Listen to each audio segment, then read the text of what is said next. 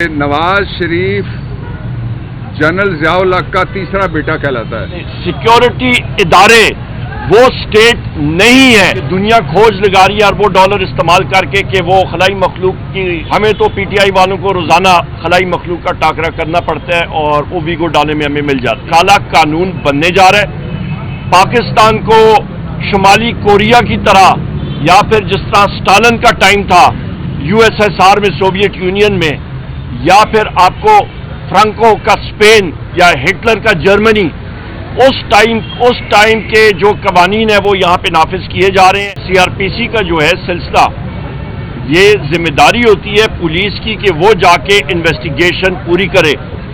یہاں پہ یہ وہ راج کے ٹائم پہ پولیس افسران چاہتے ہیں کہ جی سب لوگ آئیں اور ان کے سامنے جھک کے بات کی جائے، تو وہ چیز جو ہے وہ آج ظاہر کی ہے ڈاکٹر بابر اعوان صاحب نے، اور میں ان کا شکر گزار ہوں، اور میں جج صاحب کا بھی ہوں جنہوں نے ڈائریکشنز دیے۔ یہ تو ہو گئی قانون کے حوالے سے بات۔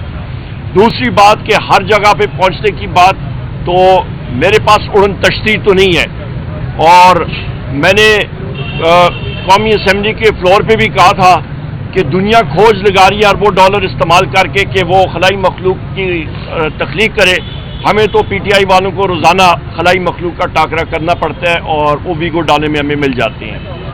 تیسری اہم بات یہ جناب کہ جہاں تک آپ نے بات کی ہے کہ اس قانون کے حوالے سے میں سمجھتا ہوں یہ کالا قانون بننے جا رہا ہے۔ پاکستان کو شمالی کوریا کی طرح یا پھر جس طرح سٹالن کا ٹائم تھا یو ایس ایس آر میں، سوویت یونین میں، یا پھر آپ کو فرانکو کا اسپین یا ہٹلر کا جرمنی، اس ٹائم کے جو قوانین ہیں وہ یہاں پہ نافذ کیے جا رہے ہیں۔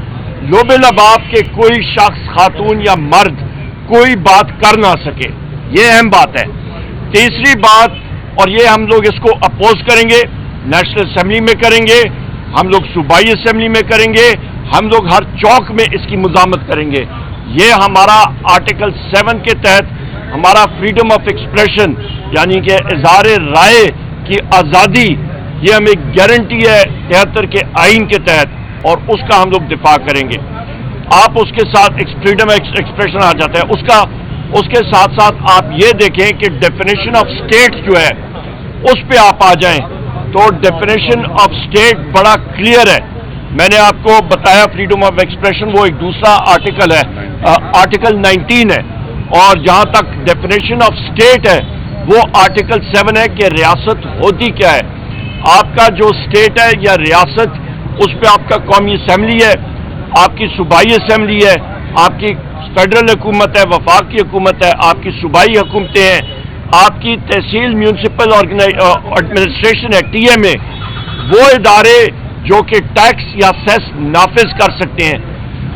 آپ نے بات کی کہ دو ادارے آمنے سامنے، سیکیورٹی ادارے وہ سٹیٹ نہیں ہے، تو ان کا آمنے سامنے ہونا آپ کے عدلیہ کے سامنے وہ جواز ہی نہیں بنتا۔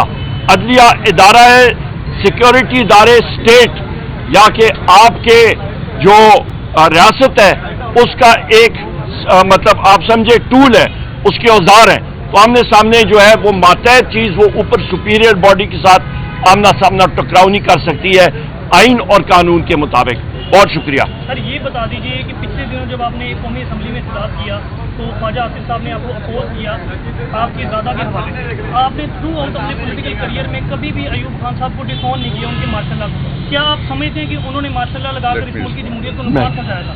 دیکھیں، دو باتیں ہیں۔ پہلے تو جو کہنے والا ہے اس سے آپ سوال کریں کہ نواز شریف جنرل ضیاء الحق کا تیسرا بیٹا کہلاتا ہے۔ اگر پھانسیاں لگانی ہیں تو تھوڑی بڑی پھانسی گھاٹ بنے گا، اور اس کا پہلا امیدوار تو آئین توڑنے کے جرم میں شریک نواز شریف ہے۔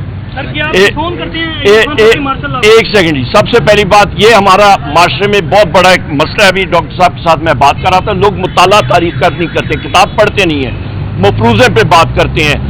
خواجہ آصف کو ایوب خان کے بھائی سردار بہادر خان نے انگلی پکڑ کے یو بی ایل بینک میں بھرتی کرایا تھا سفارش پہ، وہ اس لیے وہ پڑھنے لکھنے میں کمزور تھے، مطالعہ ان کا کمزور ہے، لہٰذا انہوں نے تاریخ پڑھی نہیں ہے۔ مارشل لا لگایا تھا، مارشل لا پروکلیمیشن آپ پڑھ لیں، وہ لگایا تھا پریزیڈنٹ سکندر مرزا صاحب نے۔ باقی جو چیزیں ہیں جہاں پہ ان کے والد صاحب خواجہ صفدر صاحب کا وہ اس دنیا میں نہیں رہے.